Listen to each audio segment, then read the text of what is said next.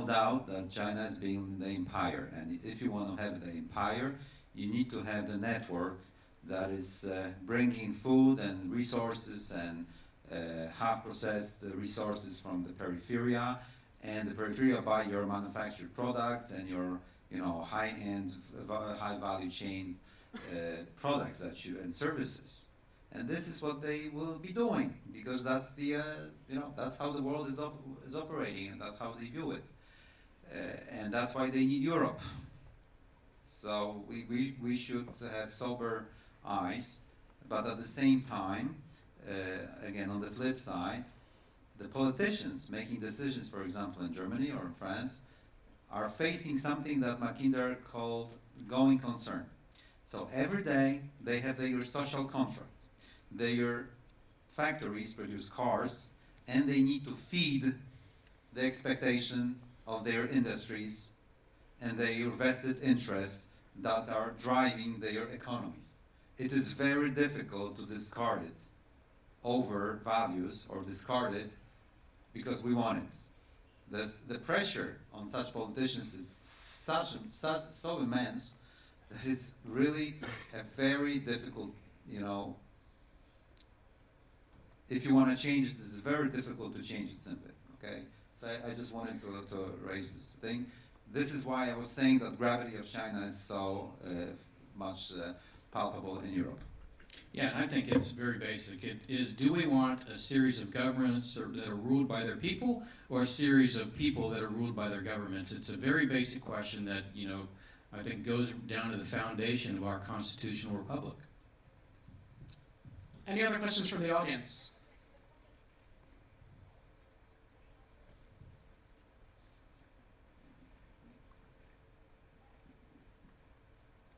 Yes, we use a lot of time. We use the phrase "free economy," global economy. Is the possibility of a difference of how it's actually meant, that in a free economies, free countries, those and totalitarian countries, are they different?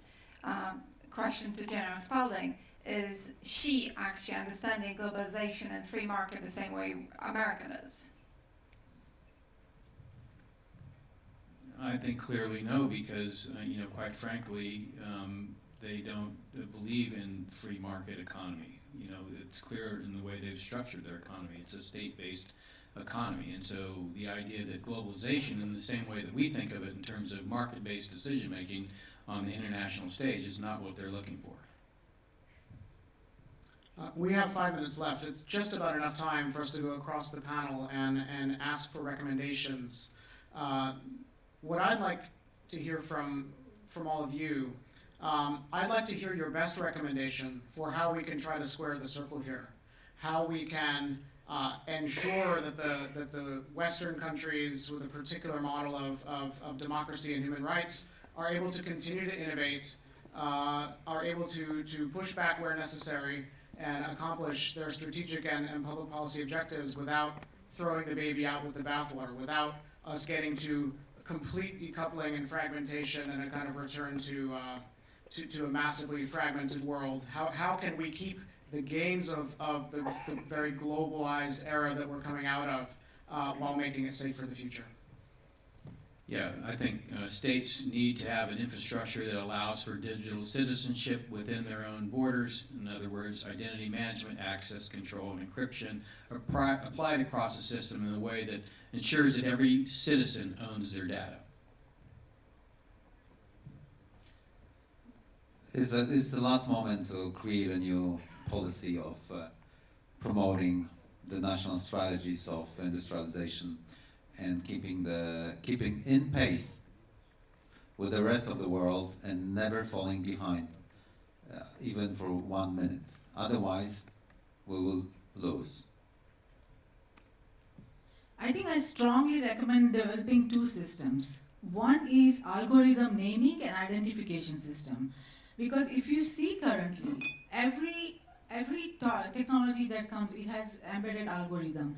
And we don't know if that algorithm is coded in what language and what are the commands of it. And the way our networks work is that, when the data flows, any algorithm comes our way, whether it's loaded as a cyber weapon or an email, simple email, or a MP3 or MP4, we don't know what is coming our way until it's too late. So if we develop algorithm naming and identification system, then we will have security checkpoints at every, once it comes in our country, once it comes in our city, to our internet service providers, we will be able to screen out a lot of security risks coming our way. And the challenges that are coming from China and other countries, we will be able to manage those risks, very effectively. So that's number one. And then the number two, the democratization of governance that I'm talking about. Risk, if you see risk management, security, and peace, they all are tied together. So if we develop a managing risk system, that is very inclusive, then we will be able to manage many, many security risks that are coming our way, and we'll be able to manage a lot of, governance problems that are coming our way. We don't have enough time for me to explain what my vision is, but if you go to our website, it is on riskgroupllc.com. You will, be able to read that, and also my book is coming out in next couple of months about geopolitics of cybersecurity. That has, this proposal in that, so you will be able to see what my vision is in that. But it is possible to manage this very complex security risk coming our way. I think that the root of the problem is that democratic countries turned off their policies based on values and were thinking only in terms of the profits. And I think that we have to go back to rethinking our common values, human rights, and start to building policies on this. Because thinking in terms of the profit, it will be like war, everybody with everybody.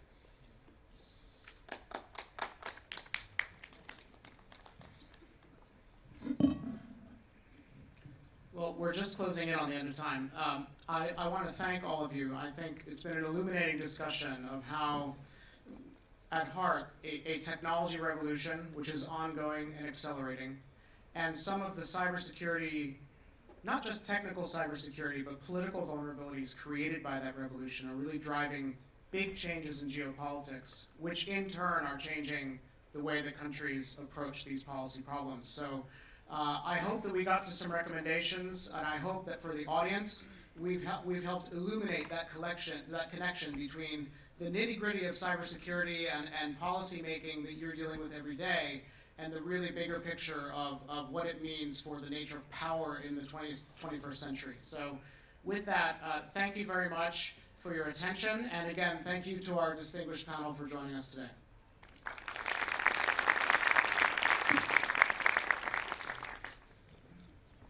Thank you so much for super fascinating and very disciplined panel discussion. And now we're moving smoothly to the next panel discussion around countering AI-powered threats. And that panel discussion will be hosted and moderated by Paul Timus. Paul, welcome. Hello.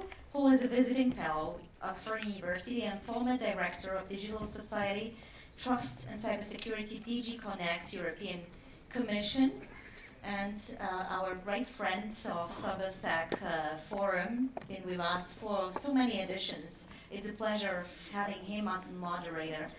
And in that panel discussion, we'll have a really outstanding list of speakers whom I'm going to introduce right now.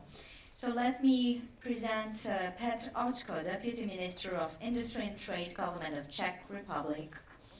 Tom McCutcheon, Senior Fellow, Defense Science and Technology Laboratory, Visiting Professor of University of Newcastle.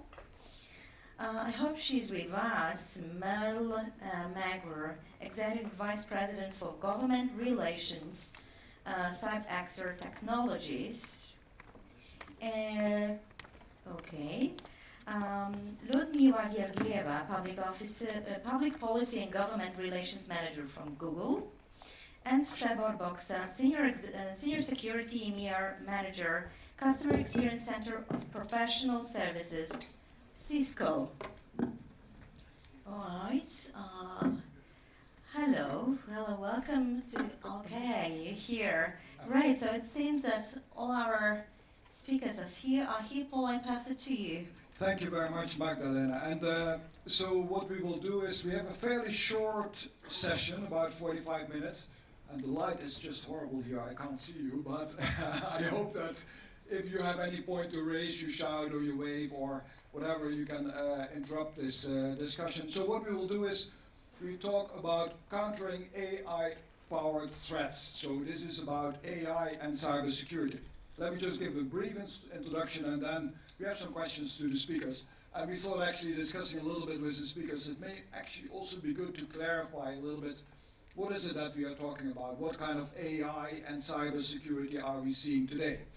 So if you read up on the literature, if you see what's happening on the internet and in the business world, you see that AI and cybersecurity is really growing. People are doing data analytics, data that is coming massively from sensors or from people's behavior. They use machine learning. They use it for decision support so that you know if you have a huge set of assets, how do you manage those, rapid reaction, adaptive response, that type of AI. I have read about AI that might be used for software analysis, for code analysis. And then of course you also read and hear and talk to people, you hear about AI that is used for weapons, either pure cyber weapons or cyberkinetic weapons, of which there is a form which is called lethal autonomous weapons laws. That is one variation of that. So that's all using AI in combination with systems. What you also have in itself is the cybersecurity of AI in itself. You know, how do you protect AI? For example, in an autonomous self-driving car, how do you protect that to be hacked? So that's one side, is the technological side. The other side is more the policy and the business and economic side. Things like how do you securely design AI, but also AI in a broader sense where there's a lot of talk about it. So there are loads of these kind of AI charters, and some of them, or actually all of them, assume that AI should be used in a lawful, ethical and a robust way. And if you say ethical, then these policies include respect for human autonomy, preventing harm, being fair, and being explainable. And then, as you have probably also read in the background to this, one of these policy developments is also happening in Europe. There's a high-level group by the European Commission that has issued a set of guidelines for trustworthy AI. So we'll talk about technology, we'll talk about what type of AI and what type of policy. So let me go to the panel. So first let's talk a little bit about the kind of what you might say the good use of AI. The AI in cybersecurity to defend, protect, prevent harm in our systems. The AI for the good.